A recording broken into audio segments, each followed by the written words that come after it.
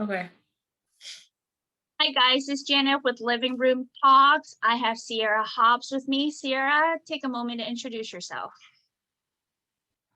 Oh, all right. Hello, world. My name is Sierra Hobbs. I am a certified and licensed athletic trainer. I am currently the director of sports medicine at Alabama State University. Um, just got here. I'm working on my doctorate in athletic training with a concentration in leadership education and orthopedics at AT Still University. And I'm just kind of happy to be here. I'm excited. I'm excited to talk to Janet and let you guys get to know me a little more. So quickly, you've been in this director position, I'm assuming a couple weeks now. What have been the biggest challenge and biggest surprises thus far? Um, so it's been officially what's the date? Yeah, it's been almost going on a month. Biggest surprise? Whew, I would have to say the amount that my phone rings. My phone rings nonstop and it's only the summer. So I can only imagine what it's gonna be like when all my sports return. I think the other biggest surprise is, well, not even a surprise, is just the the admin stuff behind the scenes. I've had my hands in admin for as long as I can remember, but me being in charge of it, I'm like, oh, there's a lot that goes on behind the scenes for this role. So definitely the countless amounts of emails that I send on a daily basis. What has been the most challenging? For me, the most challenging in this position is actually being able to delegate the responsibility. I've always been that athletic trainer that if I see that it needs to get done, I'm gonna just do it. So I don't have to worry about it not getting done. But I know now, being a director, I kind of need to delegate responsibility and make sure that I let my staff know, hey, this is what needs to be done. Here's the time frame that I need it done in, and I'll be looking for a report and or a follow-up real soon. So delegation has been the biggest thing for me, honestly. Oh, speaking of delegation, you have a staff now. How's it been being in charge of other people and leading your own staff? And how did you get to know them? Yeah, it's so funny that I have a staff. That's crazy. The things we manifest, I'm telling you. Um, Having a staff now is a blessing, because I've been in previous positions where I didn't have a staff, where it was probably me and one other person. So having a staff to handle almost the day-to-day operations is a blessing, because I know there are athletic trainers that don't have those. They don't have a staff and doesn't have that opportunity to not do everything themselves. This is so corny, and I can't believe I did this. But to get to know my staff, I actually sent out what I called a fun fact sheet. I sent it out before I officially moved down. Provided the introduction of myself, and on the fun fact sheet, I asked like what their nickname is, favorite candy indoor snack, if they had to sing a song at karaoke, what song are they singing? I wanted to know their favorite color, their birthday, what their weaknesses and what their strengths were. Um, and I had them all fill it out and send it back to me. So before I had them send it back to me before we scheduled our meetings, when I got down here, just they so I could just know and I could touch on those things in the meeting. And it's the random stuff for me, because I know how the position can get. So if I know, oh, I can bring you some Sour Patch Kids, that might make your day a little better. And I just know people, my previous bosses, they used to invest in me. They knew I love Starbucks. So if when in doubt, they always knew to bring me iced caramel macchiato upside down. Listen, we're here. They knew to bring me an iced caramel macchiato upside down with almond milk. And they knew my day was gonna just change and it just be that much better. So my fun fact sheet, some of my mentors said it was kind of corny, but for me, I needed to know. Like, I want to know what your favorite color is. I want to know those things because we're going to be together all the time. So I just want to make sure that I know you as a person and as an athletic trainer. Well, speaking about your fact sheet, weaknesses and strengths, we get that question all the time. What is your answer to that question? What are your strengths and what are your weaknesses?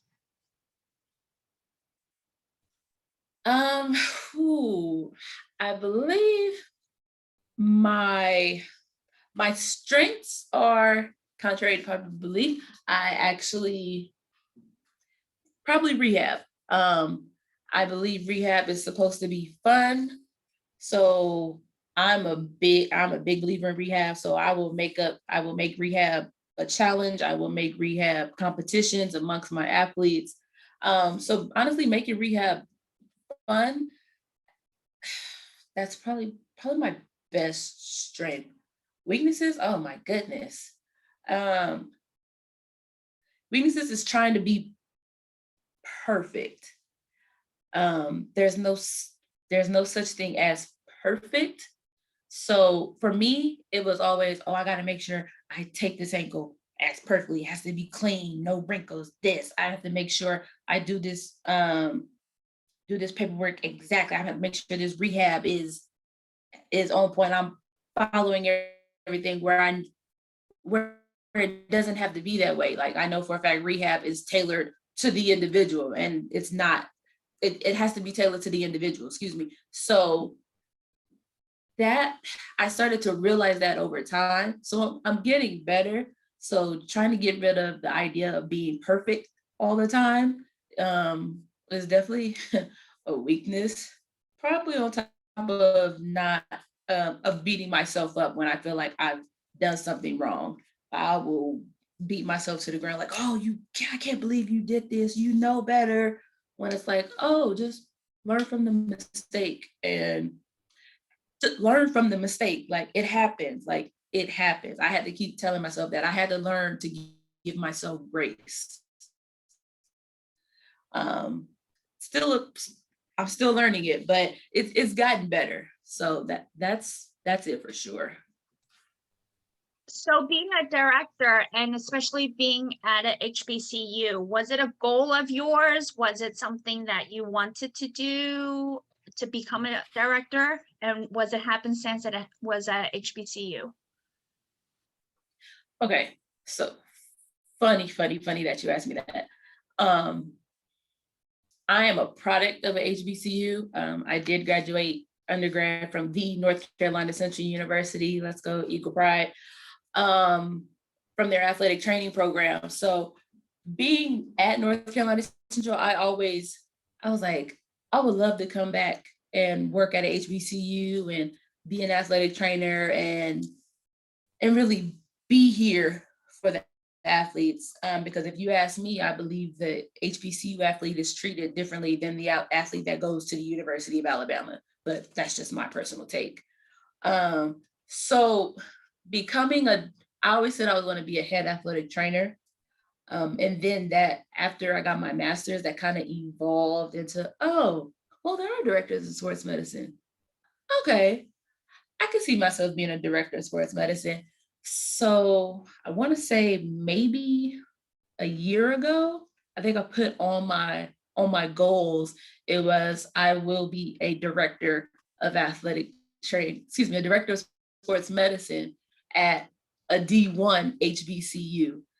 So I feel like I manifested that, continues to do the work, stayed in my lane, and just let my work speak for myself. And then a year or so later, probably a year or so to the date, I got the position here at Alabama State, and I am now the director of sports medicine at a D1 HBCU. So it was a goal of mine. because I knew I feel like I could make the difference. I knew I could come back and and honestly at any HBCU and really be the difference. Let them see, oh, people of color are in these positions. People of color are making these differences in these positions. Like we're here and we're here to stay. And that's what I really wanted people to see. Like, no, I worked to get here and I'm here to stay. I love that. The goal setting and visions and all that. So coming from an It was HBCU, on my vision board. oh, that's amazing. I'm working on mine. My vision board was like HBCU almost undergrad. 15 by 14. Oh, that's big. So Yeah, coming I from mean pictures, HBCU, everything. HBCU athletic training program, what do you think?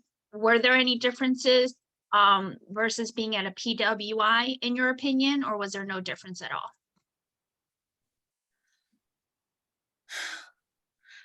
I think there are definitely differences. I feel at the time that I was coming through undergrad, my program was relatively new. It was actually the first HBCU accredited in athletic training at an undergrad level when it was an undergrad degree. So the differences I saw were slight. I just had a little more, I guess,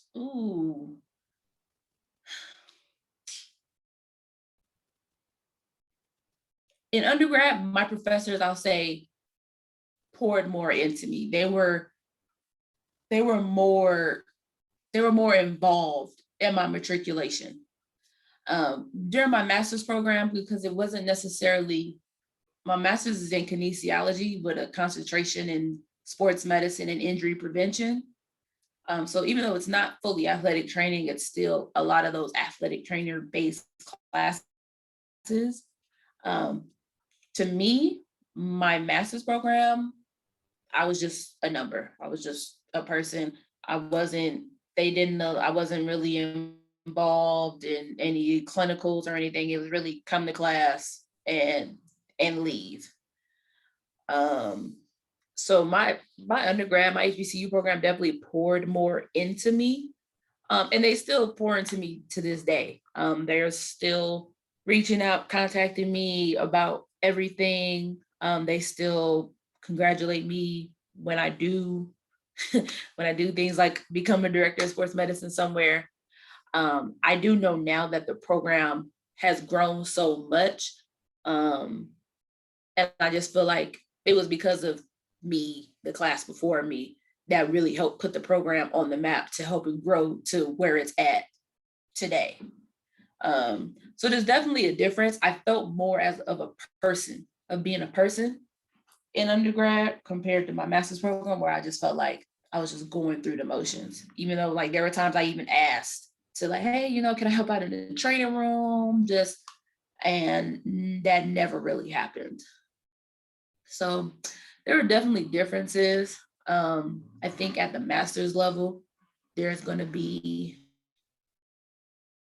some change, and I hope it is, because I wouldn't want anybody to feel that way I felt.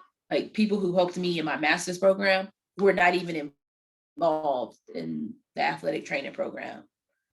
Some of my biggest mentors were sports psychologists and so forth. So I just wouldn't want anyone to feel the way I felt during that time. Well, I'm curious, doing an undergrad at HBCU, obviously you had a lot of diversity around you. What was that experience like versus your master's degree when you might be the only?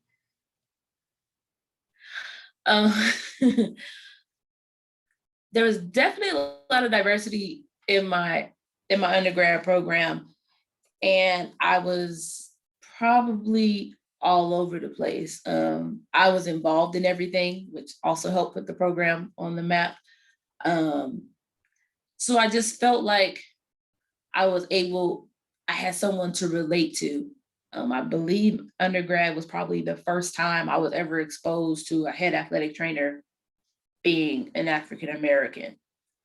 That was like actually that was probably my very first encounter. And I was like, oh wow, we're the same. Oh, okay. Like it helped me relax. Like, okay, I belong here. I can do this. In my master's program, I think I was one of maybe two that um a person of color. So I felt like there I had something to prove. It was like I had to prove that I belonged. Um, because there were definitely times where you thought I was being bullied, because my counterparts were just didn't think I belonged. So I felt like I had to go above and beyond to really prove it. I'm like, no, I belong. Saying I'm probably outworking you. um, so it was definitely definitely different. I felt like I had to make a point every time in every one of my classes. I had to make a point. Like, oh no, I'm probably one of the smartest in the class. Like it was one of those for sure. So speaking of bullying, how did you cope with that? Did you do any self-care? Did you have people to vent to? How did you deal with that? I it was definitely self-care. It was during that time, I think, especially when I started my master's program. I was Life was happening, so I was going through a lot. So and I think she noticed that something was off. Like she noticed probably with probably a month after I started my program because she started to learn my habit. So like after a month, she started to figure like something was off, and she was like, "No, what's going on? Like you're not yourself." So with if it wasn't for her like reaching out and actually noticing that something was wrong, I might not have made it through that first year, honestly. So it definitely took a lot of talking to someone and a lot of self-care, a lot of self-affirmations. I was the person who put self-affirmations on my mirror. They were in my notebooks and my planners, just to remind myself that I definitely worked hard to be here and that I deserve to be here, contrary to what anybody else believes. So oof, yeah, I learned self-care rather early, I guess you could say. So it was definitely self-care and talking to someone that got me through that. So nowadays, what makes you happy? Ooh, what makes me happy? Um, in all honesty, it's probably, let's see, one, sitting at home and not doing anything where I could just lounge out on my couch, binge something on Netflix or Hulu. Not being a responsible adult.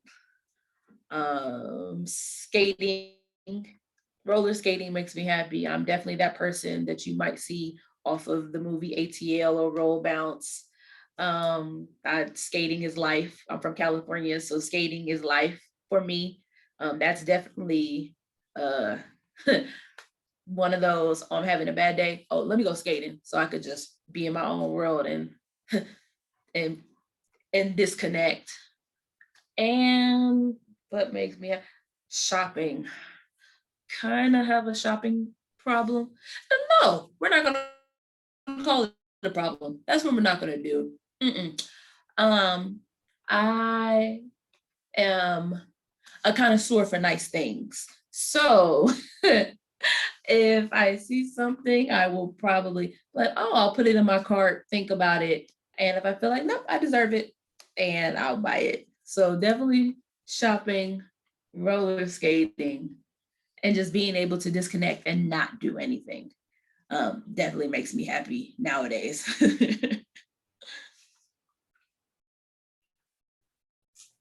So last question and my favorite question. Tell me about an embarrassing moment you've had as an athletic trainer. What did you learn from it? And how did you overcome it?